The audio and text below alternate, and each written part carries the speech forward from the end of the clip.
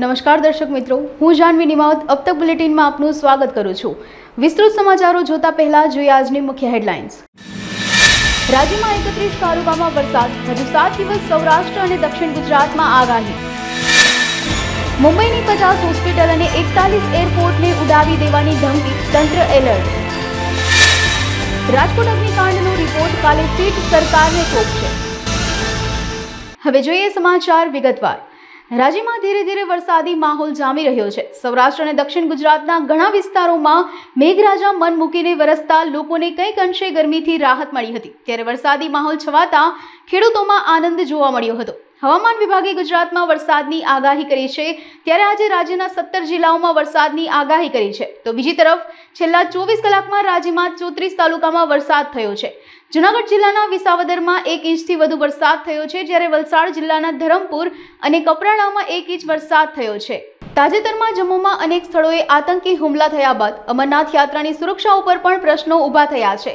તેવામાં ગૃહમંત્રી અમિત શાહે સુરક્ષાની કમાન સંભાળી સુરક્ષા એજન્સીઓને છૂટો દોર આપ્યો છે। તેવામાં હવે દેશના 31 એરપોર્ટ અને મુંબઈની 50 હોસ્પિટલોને બોમ્બથી ઉડાવી દેવાની ધમકી મળતા તંત્ર હાઈ એલર્ટ ઉપર છે। દેશના 31 એરપોર્ટને મંગળવારે બોમ્બની ધમકીના ઈમેલ મળ્યા હતા। આ પછી સુરક્ષા એજન્સીઓએ કેટલાક કલાકો સુધી એરપોર્ટ પર સર્ચ કર્યું હતું। અનેક વિમાનોની પણ તપાસ કરવામાં આવી હતી। તેવી જ રીતે મુંબઈની 50થી વધુ હોસ્પિટલોને પણ બોમ્બની ધમકી મળી હતી। એરપોર્ટને આ ઈમેલ લગભગ 12:40 વાગ્યે જીમેલ આઈડી પરથી મળ્યા હતા। આ પછી ત્યાં ઇમરજન્સી પગલાં લેવામાં આવ્યા હતા। રાજકોટમાં નાના મવા રોડ પર ટીઆરપી ગેમ ઝોનમાં ગત 25મી મેના રોજ સર્જાયેલા જીવલેણ અગ્નિકાંડની ઘટનામાં 27 નિર્દોષ નાગરિકોએ જીવ ગુમાવ્યા હતા। આ ઘટનાની સમગ્ર ગુજરાત સહિત દેશભરમાં હાહાકાર મચી જવા પામ્યો છે। અગ્નિકાંડની ઝીણવટભરી તપાસ કરવા રાજ્ય સરકાર દ્વારા ઘટનાની ગણતરીની કલાકોમાં આઈપીએસ સુભાષ ત્રિવેદીની અધ્યક્ષતામાં 5 સભ્યોની તપાસ સમિતિ બનાવવામાં આવી છે। આ એસઆઈટીની ટીમ દ્વારા ઘટનાના પ્રથમ 10 દિવસ બાદ અગ્નિકાંડનો પ્રાથમિક અહેવાલ સોંપવામાં આવ્યો હતો। દરમિયાન આવતીકાલે એસઆઈટી દ્વારા સંપૂર્ણ તપાસ રિપોર્ટ રાજ્ય સરકાર સમક્ષ રજૂ કરી દેવામાં આવશે।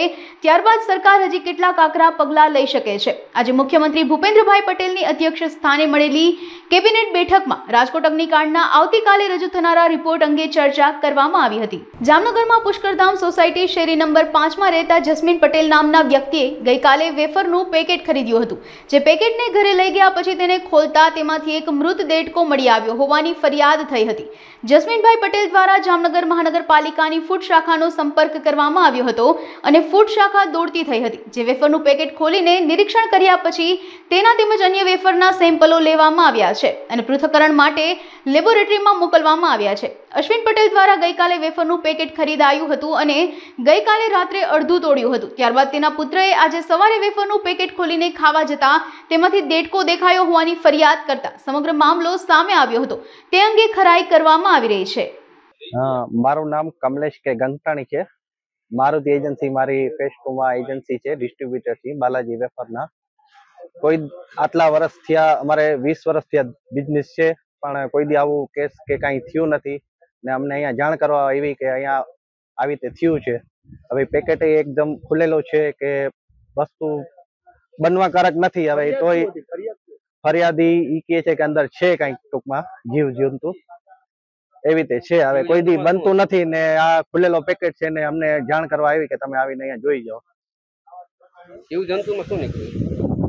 દેડકા જેવું લાગે છે કાંઈક પોઝિશન એવી કાંઈક। ખોલ્યા વગર તો ખબર થોડી પડે, પેકેટ અંદરથી થોડી ખબર પડે, કોઈ પારદર્શક તો છે ખોલવા વગર ખબર ના પડે તો સાહેબ ઈ તો પહેલા પછી જાણ કરે, પહેલા થોડી જાણ હાલે અમને અહીંયા એટલે તો આવ્યા છીએ સાહેબ, અહીંયા જોવા જ આવ્યા છીએ સાહેબ શું છે કસ્ટમર કેરમાં જાણ કરી દીધી તમારા ઉપર। હવે સાહેબ પ્રશ્નનો જવાબ હું રાઈટ નથી સાહેબ, મારે અહીંયા અનુભવ નથી આટલો।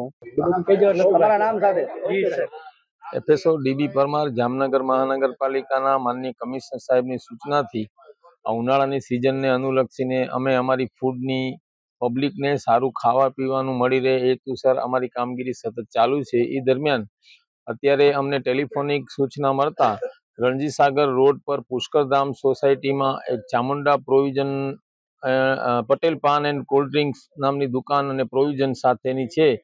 ત્યાંથી એક કસ્ટમર જસ્મીન પટેલ દ્વારા બાલાજીની સિમ્પલ કંચી વેફર્સ સોલ્ટેડ ખરીદેલ હતી ગઈ રાત્રે, અને એમાં નાના બાળકોએ ખાતા એમાંથી દેડકો ચીપાઈ ગયેલો હોય એવું જોવા મળેલું હતું અને કસ્ટમરનો ફોન આવતા અમે ફૂડની ટીમ અત્યારે અહીંયા દુકાન ઉપર આવેલ છીએ અને પેકેજ જોતા એ ડેટકા જેવું જ લાગે છે અને આની કાર્યવાહી અમે એજન્સીમાંથી આ જ બેચ નંબરના હે ને આ વેફરના નમૂના લેવાની કાર્યવાહી હવેથી કરીશું.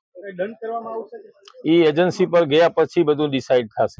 જસ્મીન પટેલ, પુષ્કરધામ શેરી નંબર 5 यहाँ रहूँ छू. बाजू में दुकान है पटेल जनरल स्टोर बराबर. यहाँ 7:30 થી 8 वच्चे मारे भाई छोकरी भत्रीजी यहाँ वेफर लेवा आई थी कंचेस 10 वाली. राते मारी छोकरी 9 महीना छोकरी है एने अर्धी वेफर खाधी पछी राखी दीधी. पछी मारी मोटी छोकरी बीजी खाधी ने राते निकली 10:30 થી 11 वच्चे એટલે ડેટકો નીકળે જોયો મારી ભત્રીજીએ ઘા કરીને નાખી દીધો. કાકા મને કે આમાં ડેટકો છે એટલે મેં કીધું ન હોય તો દેખાડ્યો. મેં જોયું હા વેફરમાં પાછો રાખીને મેં મૂકી દીધો. મૂકીને પાછી સવારે અહીંયા દુકાને પાછો આવ્યો અને ભાઈને દેખાડ્યું. ભાઈ કે કઈ વાંધો નહીં કે મેં કઈ એજન્સીથી તમે માલ મંગાવો છો કે ફેસ 2 માંથી. એ એજન્સી વાળા ભાઈ આગળ ગયો. ભાઈ આગળ ગયો અને ભાઈ કે વાત કરી ભાઈ કે કઈ વાંધો અમે કસ્ટમર હારે વાત કરી. કસ્ટમર 10-11 વાગ્યા લગીને ફોનમાં કઈ જવાબ ના આવ્યો એટલે અમે ડાયરેક્ટ કસ્ટમરમાં ફોન કર્યો. મેડમે ફોન ઉપાડ્યો. મેડમે એવો જવાબ દીધો કે તમે તમારી રીતે મંડો જી કરવું હોય મંડો કરો, અમારે તો આવા કેસ આવ્યા જ રાખતા હોય. એટલે આવા કેસ આવ્યા રાખેલા આવું થોડું કાલે. અમારી આ છોકરી 9 મહિના કઈ થઈ ગયું હોય તો ખાઈ લીધા પછી હજી રાતે જઈ છે ખાધું, અત્યારે કઈ ખબર નથી શું થયું હોય તો શું કરવાનું. ભાઈની છોકરી 4 વર્ષની છે, મારી 9 મહિનાની છે. રાજકોટમાં હાલ BSNL જે ગતિએ આગળ વધી રહી છે તેને ધ્યાને લઈ કેન્દ્ર સરકાર દ્વારા મહત્વપૂર્ણ નિર્ણય લેવામાં આવ્યો છે, જેમાં ભારત સંચાર નિગમ લિમિટેડ હસ્તકની એવી જમીન કે જેનો કોઈ ઉપયોગ હવે BSNL માટે ન હોય તે જમીન હવે જાહેર હરાજી કરીને વેચી દેવામાં આવશે અને તેમાં જે નાણાં ઊભા થશે તેના મારફતે BSNLનું ઇન્ફ્રાસ્ટ્રક્ચર વિકસિત કરાશે. આ યોજનાને ધ્યાને લઈ રાજકોટ ખાતે આવેલા જૂના માર્કેટિંગ યાર્ડ પાછળ 3 એકર જેટલી વિશાળ જગ્યા નોન યુઝ પડેલી છે. ત્યારે BSNLએ વિચાર કર્યો છે કે આ જગ્યાની સાથોસાથ રાજકોટમાં અન્ય 5 થી 6 જગ્યાઓ છે કે જેનો કોઈ ઉપયોગ હવે BSNLને રહેતો નથી, જેથી આવનારા દિવસોમાં પણ તેની જાહેર હરાજી કરવામાં આવશે. वो जो स्पेयर लैंड है BSNL के, जो कि BSNL के फ्यूचर की किसी रिक्वायरमेंट के लिए नहीं है, उनको डिस्पोज ऑफ कर रहे हैं ओपन टेंडर के थ्रू. और उसका उससे जो पैसा आएगा वो BSNL के नेटवर्क के डेवलपमेंट में लगाया जाएगा. ये गवर्नमेंट ऑफ इंडिया का यूनियन कैबिनेट का मैंडेट है, उसी के अनुसार हम लोग काम कर रहे हैं. इसके साथ 27 जगह लैंड अभी ऑक्शन कॉल किया है और ऑक्शन की लास्ट डेट 1 जुलाई है. काफ़ी लैंड हैं, मतलब सौराष्ट्र रीजन में 6-7 लैंड तो अभी हमने आइडेंटिफाई किए हैं जो ड्यू कोर्स में उनका RFP कॉल किया जाएगा, वो प्रोसेस में है. राजकोट का ही बता रहे हैं कि 6-7 राजकोट में है 6-7 लोकेशन पर, जो कि फ्यूचर में उनका RFP कॉल किया जाएगा. BSNL का अभी 4G लॉन्च हो रहा है क्योंकि टाइम इसलिए लगा कि BSNL स्वदेशी टेक्नोलॉजी यूज कर रहा है और टेक्नोलॉजिकल डेवलपमेंट प्रोसेस में थोड़ा टाइम लगा, लेकिन अब प्रोसेस आगे बढ़ेगा और इसको अपग्रेड करके 5G भी लाया जाएगा. રાજકોટ ઓમ ડિવાઇન યોગ ફાઉન્ડેશન દ્વારા 10મા વિશ્વ યોગ દિવસની ઉજવણી કરવામાં આવશે. વિશ્વ યોગ દિવસના પ્રોટોકોલ મુજબ શ્રી રામ ઝરૂખા મંદિર કોઠારિયા નાકે યોગનું આયોજન કરવામાં આવ્યું છે. આ યોગમાં સાધકો ઓનલાઈન અથવા ઓફલાઈન જોડાઈ શકે છે. 200 થી વધુ લોકો વિશ્વ યોગ દિવસના દિવસે આયોજનમાં જોડાશે. યોગ કાર્યક્રમમાં જોડાનાર તમામ વ્યક્તિને સર્ટિફિકેટ આપવામાં આવશે. ઘણા વર્ષોથી યોગ સાથે જોડાયેલ સાધકોનું સન્માન કરવામાં આવશે. આ અંગે વધુ વિગત અબ તક મીડિયાની મુલાકાતે આવેલા ઓમ ડિવાઇન યોગ ફાઉન્ડેશનના આગેવાનોએ માહિતી આપી હતી. હું છું યોગાચાર્ય અજય મકવાણા અને અમારી ઓમ ડિવાઇન યોગા ફાઉન્ડેશનની આખી ટીમ આ 10મા વિશ્વ યોગ દિવસે અમે યોગ દિવસનું આયોજન કરવા જઈ રહ્યા છીએ કે વિશ્વ યોગ દિવસ જે આખું વિશ્વ મનાવી રહ્યા છે એ વિશ્વ યોગ દિવસના પ્રોટોકોલ મુજબ અમે શ્રી રામ ઝરૂખા મંદિર કોઠારિયા નાકે જે આવેલું છે ને યોગનું આયોજન અમે કરેલું છે. આ યોગમાં સાધકો ઓનલાઈન અને ઓફલાઈન પણ જોડાઈ શકે છે, જેનો અમે કોન્ટેક્ટ નંબર પણ એમાં આપેલો છે. જે લોકો યોગમાં જોડાશે એ બધા જ લોકોને અમે સર્ટિફિકેટ પણ આપીશું અને નાસ્તાનું પણ આયોજન કરેલું છે. અને વર્ષોથી જે અમારા યોગમાં જોડાયેલા છે એ બધા સાધકોને અમે સન્માન પણ કરીશું. અને અમારો હેતુ એ જ છે કે આ વિશ્વ યોગ દિવસ છે એ એક દિવસ યોગ માટેનો નથી. એક દિવસ યોગ એટલા માટે કે આપણે એક દિવસ આપણે બધા યોગમાં ભેગા થઈએ અને બાકીના જે 364 દિવસ છે એ નિયમિત આપણે યોગ કરીએ. કેમ કે યોગ એ આપણા માટે સસ્તું અને સરળ છે. કેમ કે અત્યારે જે લોકો શારીરિક અને માનસિક બીમારીથી પીડાય છે, કદાચ દવાથી કેટલા સમયમાં રાહત મળે એ આપણને ખબર નથી, પરંતુ હું ગેરંટી સાથે કહી શકું છું કે જે લોકો માનસિક સમસ્યાથી પીડાય છે એને અમે યોગ દ્વારા 1 મહિનામાં રિઝલ્ટ પણ અમે જોયેલું છે. અને જે લોકોને વર્ષોથી કે 7 વર્ષથી સ્ટીરોઇડ ચાલુ હોય છે, કમરનો દુખાવો હોય છે, એ પણ અમારા સાધકો છે અમારી ટીમમાં કે જેને સ્ટીરોઇડ પણ મુકાઈ ગઈ છે અને કમર દર્દ પણ દૂર થયો છે. તો અમે એટલું જ કહીએ છીએ કે તમે એક દિવસ ફક્ત અમારા યોગમાં જોડાઓ અને તમે પણ એક દિવસના 1 કલાકમાં શારીરિક અને માનસિક લાભો જોવો અને બીજા લોકોને પણ યોગમાં જોડવાનો તમે સંકલ્પ લો. જે અમારું છે યોગ દિવસનું જેમ આયોજન કરવામાં આવેલું છે, અંદાજે 200 થી 300 લોકો આ યોગમાં જોડાશે એવી અમારી આશા છે. અમારા ટીમના 100 જણા જે છે એ તો જોડાશે, એ તો અમને ખાતરી છે, પરંતુ બીજા વધારે લોકો પણ યોગમાં જોડાય એવી અમારી આશા છે. અમારું જે ઓમ ડિવાઇન યોગા ફાઉન્ડેશનનું જે મોરબી રોડ ઉપર અમે ડેવલપ કરી રહ્યા છીએ કે જે જગ્યા 10,000 સ્ક્વેર ફૂટમાં છે અને છેલ્લા 3 વર્ષથી અમારું એનું ત્યાં બાંધકામ ચાલુ છે, જે અમે મેડિટેશન હોલ બનાવી રહ્યા છીએ, ગૌશાળા બનાવી રહ્યા છીએ અને એ સિવાયના રૂમો પણ બનાવી રહ્યા છીએ કે જે વધારે લોકો યોગમાં જોડાય. કેમ કે અત્યારે ગામથી દૂર જો વધારે લોકો ત્યાં યોગમાં આવશે તો શારીરિક અને માનસિક લાભ પણ પ્રાપ્ત કરશે અને એ જગ્યા ઉપર અમે નેચરોથેરાપી સેન્ટર પણ ખોલવા જઈ રહ્યા છીએ કે જ્યાં મિડલ ક્લાસ લોકો કે જે હાઈ ફી ચૂકવી નથી શકતા એ ત્યાં આવશે અને નેચરોથેરાપીનો લાભ લેશે. કેમ કે અત્યારે મિડલ ક્લાસ લોકોને નેચરોથેરાપી શું, પ્રાકૃતિક ચિકિત્સા શું એ ખબર નથી હોતી અને અમુક સેન્ટરો જે ચાલતા હોય છે તો ફી પણ એની ઊંચી હોય છે કે જે ત્યાં જઈ શકતા નથી. કેમ કે આ ટ્રીટમેન્ટ મિનિમમ 7 થી 10 દિવસ સુધીની લેવાની હોય છે. તો અમારો હેતુ એ છે કે નાનાથી લઈ મોટા બધા જ વર્ગના લોકો નેચરોથેરાપી તરફ આગળ વધે, યોગ તરફ આગળ વધે અને આયુર્વેદ તરફ આગળ વધે. ખેડૂતો જ્યારે અલગ અલગ પેટર્નથી ખેતી કરે છે ત્યારે જમીનની ફળદ્રુપતા જળવાઈ રહે છે. ત્યારે જૂનાગઢના શેમરાણા ગામે રહેતા વિરલ ભીમાણી નામના ખેડૂત દર વર્ષે અલગ અલગ ખેતીની રીતો અપનાવે છે. ગત વર્ષે હળદરમાં સારું પરિણામ આવ્યું હોવાથી આ વર્ષે 5 વીઘામાં અલગ અલગ 3 પ્રકારની શેલમ હળદર, પ્રગતિ હળદર અને વાયેગાંવ હળદરની ખેતી કરી છે. તેમજ હળદરનો ઘરે જ પાવડર બનાવી અને દેશ વિદેશમાં વેચાણ પણ કરશે. વિરલ ભીમાણી દ્વારા પ્રાકૃતિક રીતે હળદરનું વાવેતર કરી અન્ય ખેડૂતોને પ્રાકૃતિક રીતે ખેતી કરવા પ્રેરિત કર્યા છે. નમસ્કાર ખેડૂત મિત્રો, આજે મારા ફાર્મની અંદર મેં હળદરનું વાવેતર કરેલું છે. એટલે વાવેતર 2 દિવસ પહેલાનું કરેલું છે. આજે તારીખથી 25/5/2024 મેં 23 તારીખે કર્યું હતું વાવેતર અને 24 તારીખે અને આજે રહી ગયું હતું ને 25 તારીખે છેલ્લું વાવેતર કર્યું છે. આ તમે જોઈ શકો છો 28ની જારીએ શાહ નાખ્યા અને શાહની અંદર વાવેતર કરેલું છે. એમાં 2 વેરાયટી છે, એક સેલમ છે ને એક પ્રગતિ કેસરી જે આવે છે ને ટૂંકા ગાળાની ઈ. અને હળદરની અંદર છેલ્લા 4થું વર્ષ છે, 3 વર્ષ આ પેલા કરતા અને હવે જાતે જ મૂલ્યવર્ધન કરીને પાવડરનું વેચાણ કરી છે કિલોના પેકિંગમાં અને 100% પ્રાકૃતિક કરી છે, ઓર્ગેનિક. એની અંદર જંતુનાશક, પેસ્ટિસાઇડ દવા કે ફર્ટિલાઇઝર, ખાતર કોઈ ઉપયોગ કરતા નથી. માત્ર ને માત્ર ગાય આધારિત જીવામૃત, ઘન જીવામૃત, આચ્છાદન અને વાપસા પદ્ધતિથી જ કરીએ છીએ. મહેસાણામાં પ્રધાનમંત્રી કિસાન સન્માન નિધિના 17મા હપ્તા વિતરણના જીવંત કાર્યક્રમમાં કૃષિ વિજ્ઞાન કેન્દ્ર ગણપત યુનિવર્સિટી ખાતે યોજવામાં આવ્યો હતો. આ કાર્યક્રમમાં નીમુબેન બાંભણિયા, કેન્દ્રીય મંત્રી અન્ન અને નાગરિક પુરવઠા, ગ્રાહક સુરક્ષા બાબતો મંત્રાલય, ભારત સરકાર ખાસ ઉપસ્થિત રહ્યા હતા. કેન્દ્રીય મંત્રીના હસ્તે કૃષિ સખી અને પ્રગતિશીલ ખેડૂતોને સર્ટિફિકેટ વિતરણ પણ કરવામાં આવ્યું હતું. તેમજ ગણપત યુનિવર્સિટીના ફૂડ પ્રોગ્રામની કોફી બુકનું લોન્ચિંગ કરવામાં આવ્યું હતું. વારાણસીથી જીવંત પ્રસારણને સર્વે મહાનુભાવો તેમજ ખેડૂત મિત્રોએ નિહાળ્યું હતું. કાર્યક્રમમાં અન્ય મંત્રીઓ, પ્રમુખો સહિત મોટી સંખ્યામાં ખેડૂતો ઉપસ્થિત રહ્યા હતા. આપણા દેશના વડાપ્રધાન નરેન્દ્રભાઈ મોદી સાહેબ ત્રીજી વખત એટલે કે હેટ્રિક કરી અને દેશના વડાપ્રધાન બન્યા છે.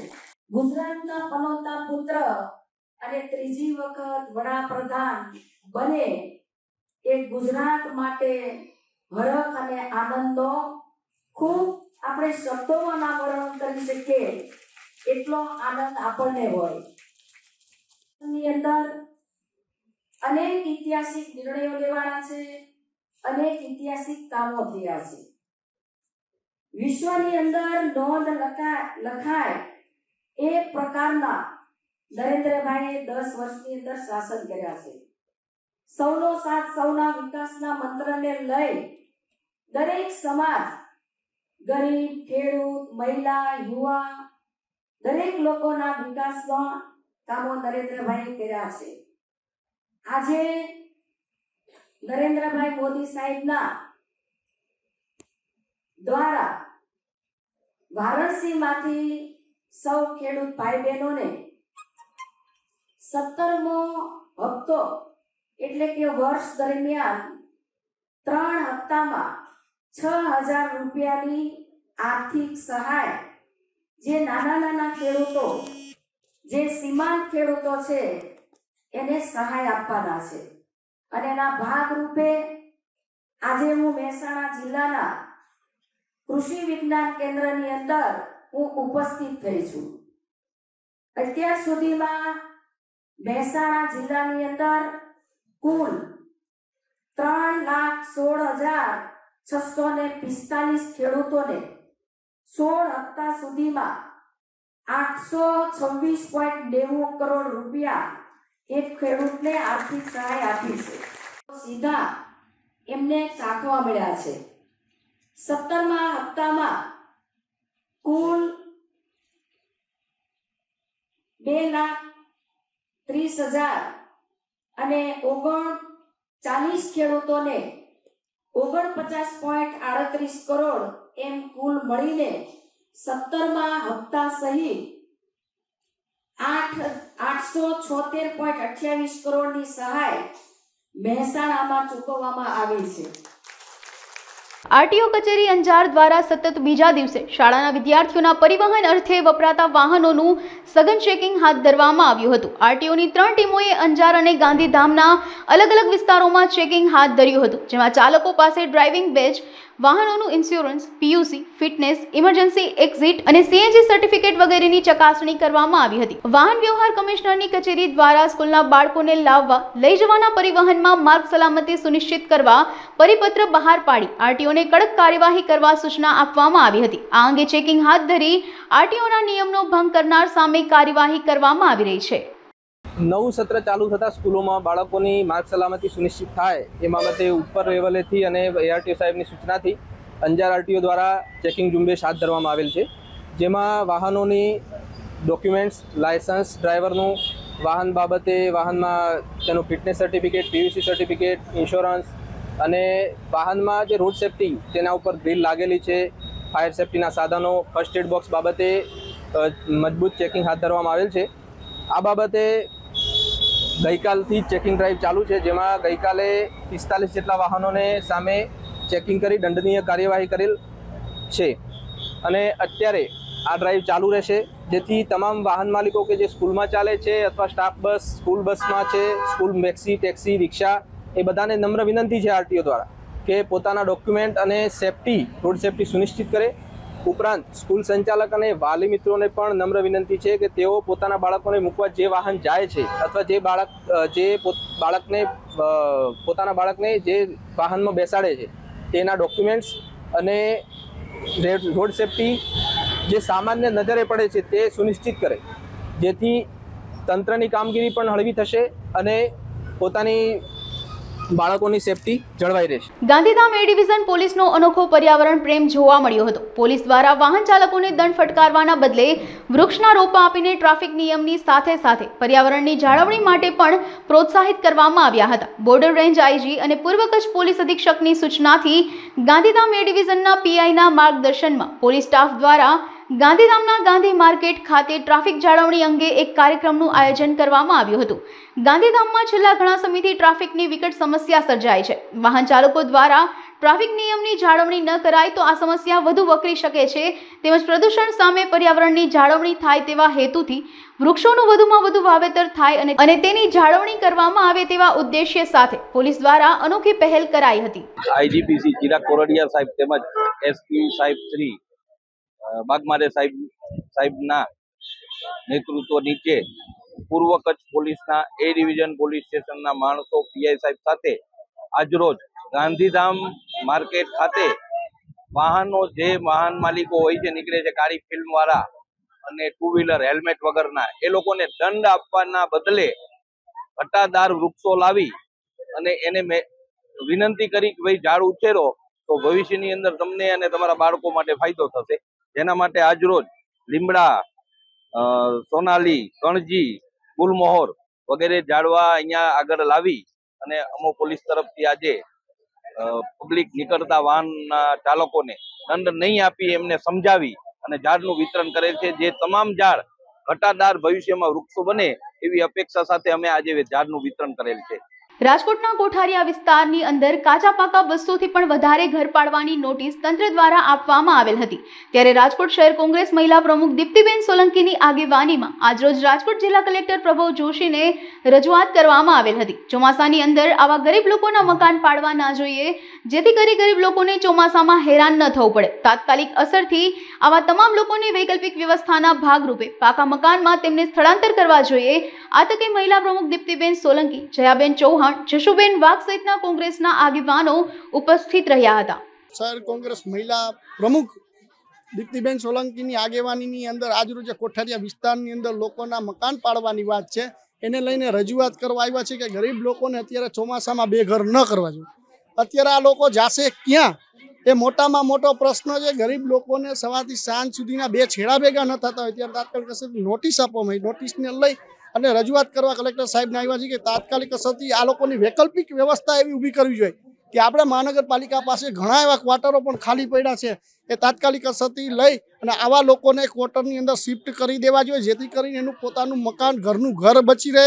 અને એ લોકો દેવા પણ તૈયાર છે જે ધારાધોરણ મુજબ હોય એના ચાર્જ, તો પણ લોકોને શું કામ આપણે રોડ ઉપર લઈ આવવા જોઈએ. અને ચોમાસાની અંદર ક્યાંય પણ મકાન પાડવાનો કે કોઈ પણ બુલડોઝર મોકલવાનો નિયમ નથી, તો એ નિયમને પણ આપણે ફોલો કરવો જોઈએ અને આવા ગરીબ લોકોના ઝૂંપડા ન પાડવા. અમે અત્યારે કલેક્ટર સાહેબને રજૂઆત કરવા આવ્યા છીએ કે સાહેબ શ્રી, આ ગરીબ લોકોની વેદના, સંવેદનશીલ સરકાર હતી, મૃદુ ભાષાની સરકાર છે, તો એ સંવેદના સમજી શકે.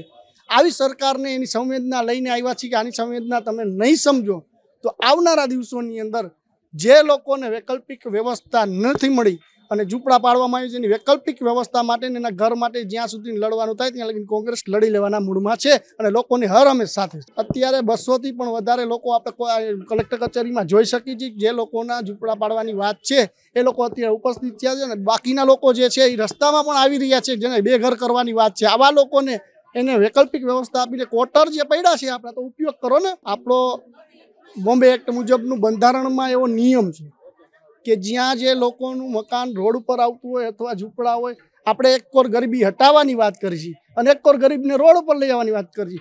જો તમે હટાવવાના હોય તો એને વૈકલ્પિક વ્યવસ્થા પણ આપણે ભૂતકાળની અંદર લોકોને આપી છે અને આ લોકોને પણ વ્યવસ્થા આપી છે જેથી કરી પોતે રહી શકે. જે ઝૂંપડપટ્ટી વિસ્તારની અંદર ડિમોલેશન કરવાની જ્યારે નોટિસ આપવામાં આવી હોય, તાત્કાલિક અસરથી ડિમોલેશન કરવાનું હોય, ત્યારે રાજકોટ શહેર કોંગ્રેસના મહિલા પ્રમુખ શ્રી દીપ્તિબેન સોલંકી, પૂર્વ પ્રમુખ જસવંતસિંહભાઈ ભટ્ટી અને રીપીભાઈ મકવાણા સાહેબની આગેવાનીની અંદર આ કલેક્ટર સાહેબને રજૂઆત કરવા આવ્યા છીએ કે એક તો અત્યારે આટલું સળગી રહ્યું છે, ત્યારે તમે સળગતું ઠારવાની બદલે અત્યારે ગરીબ લોકોના જ્યારે ઝૂંપડા પાડી રહ્યા હોય ત્યારે ઝૂંપડા અટકાવવા માટેની રજૂઆત કરવા માટે આવ્યા હોય, ત્યારે કે અત્યારે લોકોને એક તો સવારથી સાંજ લગીને મહેનત કરતા હોવા છતાં પણ મોંઘવારીની અંદર એનું પૂરું ન થતું હોય, ત્યારે તમે રહેવાનો આશરો પણ છીનવી લેતા હોય. જો તમારે આપવો જ હોય તો એની સામે વૈકલ્પિક આશરો આપીને લોકોને તમારે ઝૂંપડા તોડવા જોઈએ. આ માટે રજૂઆત કરવા કલેક્ટર સાહેબને આવ્યા. હું રાજકોટ શહેર મહિલા કોંગ્રેસ પ્રમુખ દીપ્તિબેન સોલંકી. આજે અમારી રજૂઆત છે કે રાજકોટ કોઠારિયા સર્વે નંબર 352 પૈકીની અંદર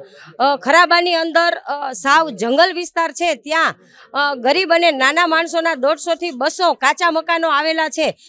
લગભગ 8 દિવસ પહેલા રાજકોટ તાલુકા મામલતદારને નોટિસ આ લોકોને આપી છે કે આ ઝૂંપડા ખાલી કરી આપે અને એનું ડિમોલેશન કરવાનું છે. ત્યારે વિસ્તારના રહીશોને સાથે રાખી અને અમે એવી રજૂઆત કલેક્ટરશ્રીને કરવા આવ્યા છીએ કે ગરીબોના ઝૂંપડા આ ભર ચોમાસે ન પાડવામાં આવે, આશરા વિનાના ન કરવામાં આવે. અને આ સરકારને જો આ જંગલ વિસ્તારની અંદર જ્યાં લાઇટ કે પાણીની પણ સુવિધા નથી, આ લોકો દીવાના અજવાળે રોજ વાળું કરે છે, એવી પરિસ્થિતિ છે, ત્યારે અમારી એવી રજૂઆત છે કે આ રાજકોટના અધિકારીઓ કલેક્ટર સાહેબને એવી રજૂઆત કરીએ છીએ કે જે રાજકોટની અંદર ઘણી બધી એવી યુએલસીની ફાજલની જગ્યાઓ પડી છે, સરકારી ખરાબાઓ છે, જ્યાં સરકારી અને રાજકીય વગ ધરાવતા આગેવાનોની મિલીભગતને લીધે ઘણા બધા બિલ્ડિંગો બની ગયા છે. ઘણા બધા ઇન્ડસ્ટ્રીયલ ઝોનની અંદર પણ કારખાના ઊભા થઈ ગયા છે એ લોકોને કેમ આ સરકારને નજરમાં નથી આવતા ને ગમે ત્યારે જ્યારે હોય ત્યારે આવા ગરીબોના ઝૂંપડા જ નજરમાં આવે છે? તો અમારી એવી રજૂઆત છે કે જો પાડવી જ હોય તો પહેલા આવી મોટી મોટી વગ ધરાવતી ખરેખર બિનકાયદેસર છે એ બિલ્ડિંગો પાડવામાં આવે અને પછી જ આ લોકોના ઝૂંપડા ઉપર નજર નાખવામાં આવે અને જો આ ઝૂંપડા પરાણે ફરજિયાતપણે પાડવાના પ્રયત્નો સરકાર તરફથી કરવામાં આવશે અને આ લોકોને કોઈ વૈકલ્પિક જગ્યાએ પણ દેવામાં નહીં આવે તો આના પછીનું પણ અમારું આંદોલન અહીંયા ધરણાનું કે બીજું કોઈ જલદ હશે। અને સાથે સાથે એ પણ હું આ અધિકારીને અને કલેક્ટરશ્રીને કહેવા માંગુ છું કે ભારતીય બંધારણ મુજબ તમામ નાગરિકને આ દેશના તમામ નાનામાં નાના નાગરિકને રોટી કપડા અને મકાનનો અધિકાર છે। જે આ અધિકારીઓ છીનવવા માંગે છે એ અમે નહીં થવા દઈએ। બસ આ અમારી રજૂઆત છે। આશરે 150 થી પોણા 200 જેટલા ઝૂંપડા છે જે મેં રૂબરૂ જઈ અને ત્યાં તપાસ પણ કરેલી છે। રાજુલામાં જાફરાબાદના બાબરકોટ ગામે ખેડૂતોની જમીન ખાનગી સિમેન્ટ કંપની દ્વારા લઈ લેવામાં આવી હતી, જેને લઈ બાબરકોટના સરપંચ સહિત કેટલાક ખેડૂતો સાથે પૂર્વ ધારાસભ્ય અમરીશ ડેર સહિત લોકો અમરેલી કલેક્ટર કચેરીમાં પહોંચી આવેદનપત્ર આપી ખેડૂતોની રજૂઆત કરવામાં આવી હતી। કલેક્ટર દ્વારા કંપની અને ખેડૂતો સાથે રાખી નિરાકરણનું આશ્વાસન આપ્યું હતું। બાબરકોટ ગામે 1982 થી UltraTech cement unit Narmada cement અને અલ્ટ્રાટેક સિમેન્ટનું બીજું યુનિટ એટલે કે ગુજરાત સિમેન્ટ વર્કર્સ આ બંને કંપનીઓ બાબરકોટ ગામે કાર્યરત છે અને આ બંને કંપનીનું માઇનિંગ લીઝ છે એ બાબરકોટ ગામે આવેલું છે।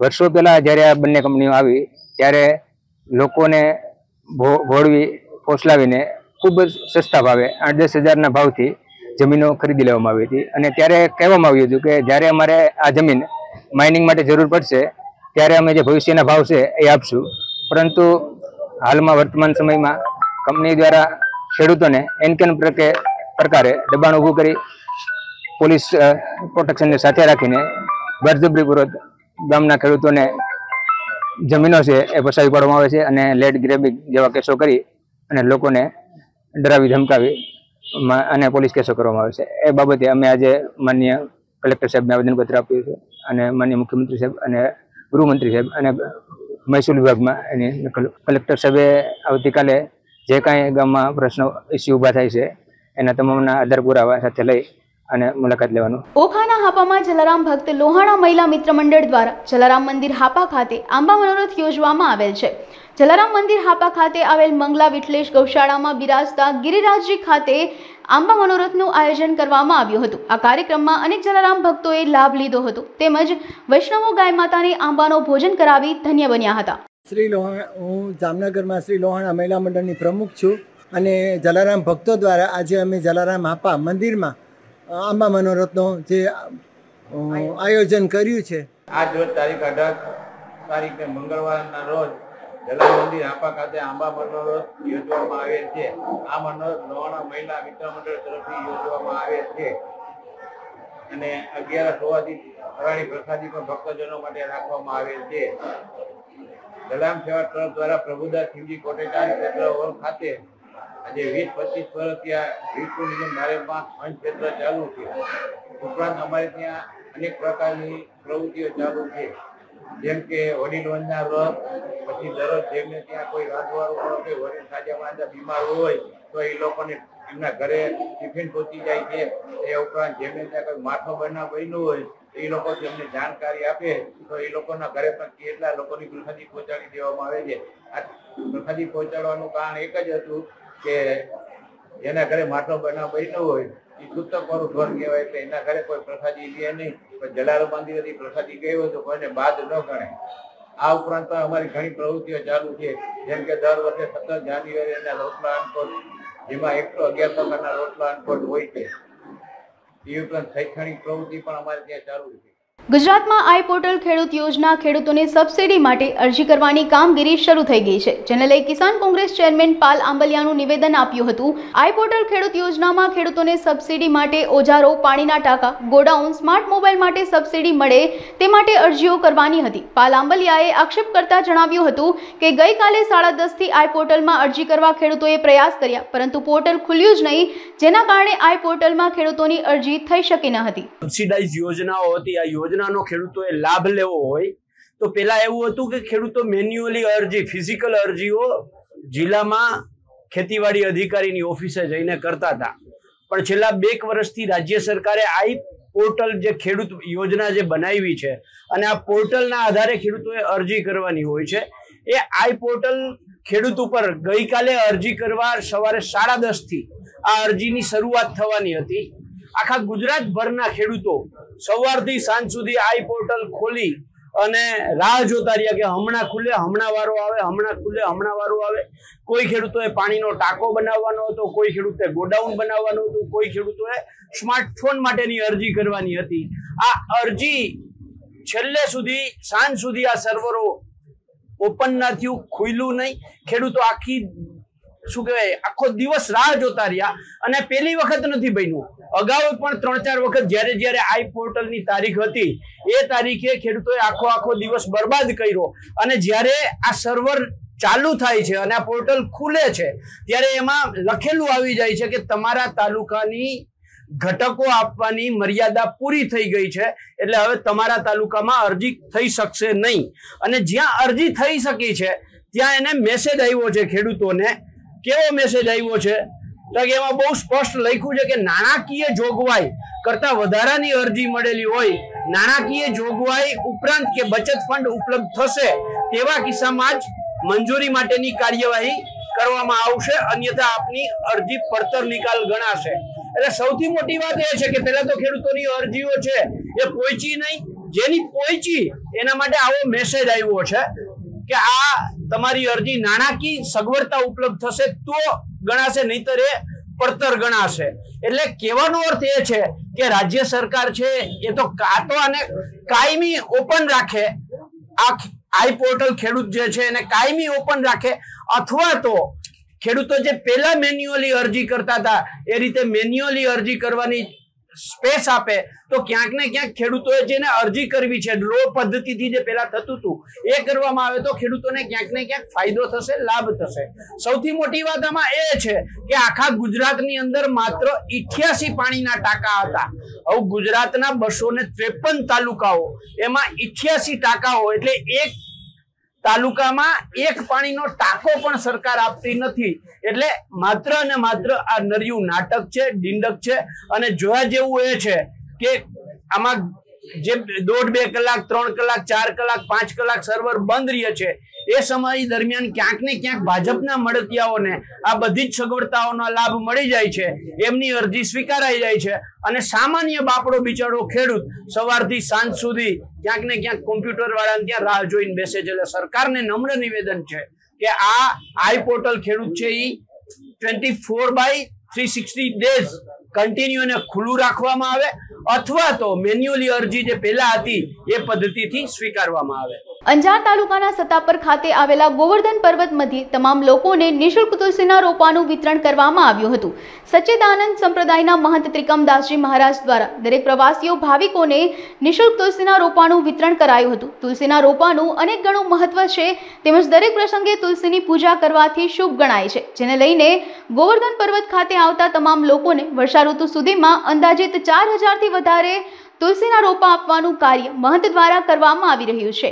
તેમજ પર્યાવરણને બચાવવા માટે ગોવર્ધન પર્વત તેમજ આસપાસના વિસ્તારોમાં વૃક્ષોનું વાવેતર કરવાનું કાર્ય પણ ચાલી રહ્યું છે. જૂનાગઢમાં મહાનગરપાલિકા કચેરી ખાતે સ્થાયી સમિતિની બેઠક મળી હતી. કમિશનરની અધ્યક્ષતામાં મળેલ બેઠકમાં જોશીપુરા રેલવે ઓવરબ્રિજની કામગીરીને લઈને ટેન્ડર પાસ કરી કામની મંજૂરી આપવામાં આવી હતી.